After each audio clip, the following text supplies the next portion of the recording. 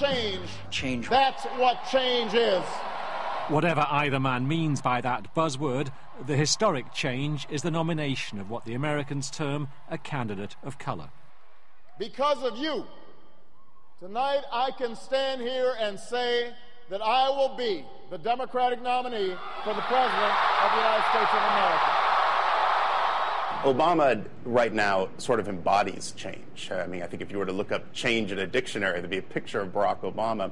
And the goal of the McCain campaign is to try to neutralize that change argument. And so you see Senator McCain saying 33 times in his speech last night that he represents change. And the reason he's trying to do that is because they feel if they can neutralize that change argument, then McCain can run on leadership and experience. Because what he's trying to say is we both represent change. We both represent a departure from the ways of President Bush.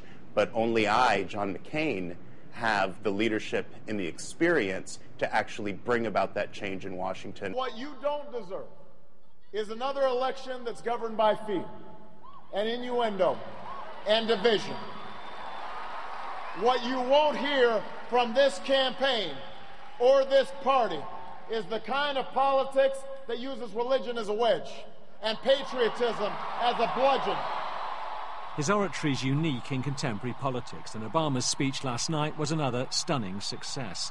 Against that, speaking in New Orleans, John McCain's style seemed pale, but his intention was to hit Obama hard.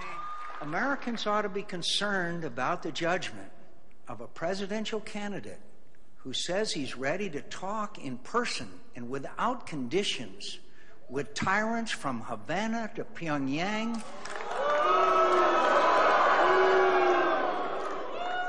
but hasn't traveled to Iraq to meet with General Petraeus and see for himself the progress he threatens to reverse. Already Obama's started to change his positions. On Iraq, he now says they have to be as careful getting out as they were careless getting in. And on Iran, he's toughened his terms for diplomacy. For all their apparent differences, the candidate's pitch is often the same. Both have run as political outsiders. Obama's become the Democrats' candidate almost from nowhere in a short time. John McCain, well, he's been around for 3 decades, but has revelled in the image of Republican Party maverick. Now, both men are hoping this outsider status will get them the all-important independent or floating vote. A crucial target, the Reagan Democrats, blue-collar workers like these people in Michigan.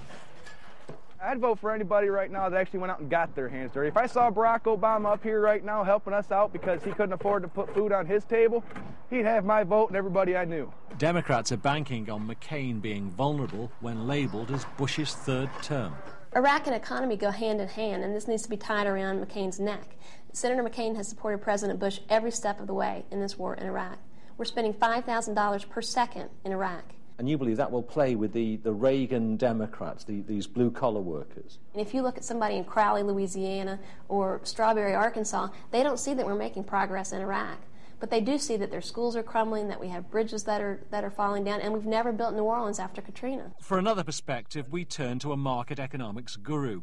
Which man did he think had the greater electoral appeal? On the American economy, probably Obama, because I think the American public is unsettled. I mean, the credit crisis, the mortgage crisis, it leads to this do something notion, and Obama is willing to do something a lot more than McCain. Because Obama wants to spend government money. What Obama has hinted at so far is a very expensive set of programs.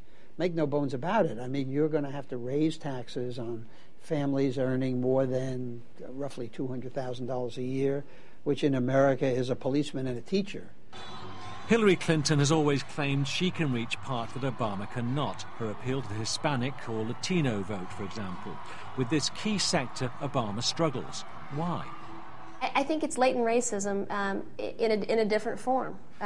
Typically, when we have new migrations of people, they're competitive with folks on the lower economic scale, and it just so happens that that's where a lot of the African Americans in our country are, and they've been competing with Hispanics for jobs. But John McCain is popular with Latinos. He is. John McCain is from Arizona, a lot of Latinos in Arizona, and additionally he's been the strongest, most vocal supporter of immigration of anybody in the Republican Party.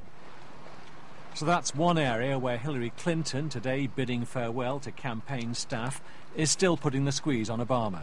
Before giving her endorsement and notionally transferring all her supporters, she wants to be offered the vice presidency. But would she steal the spotlight? Would Bill mean there were 3 people on the ticket? There's unfinished business for Barack Obama, but the real contest has now begun.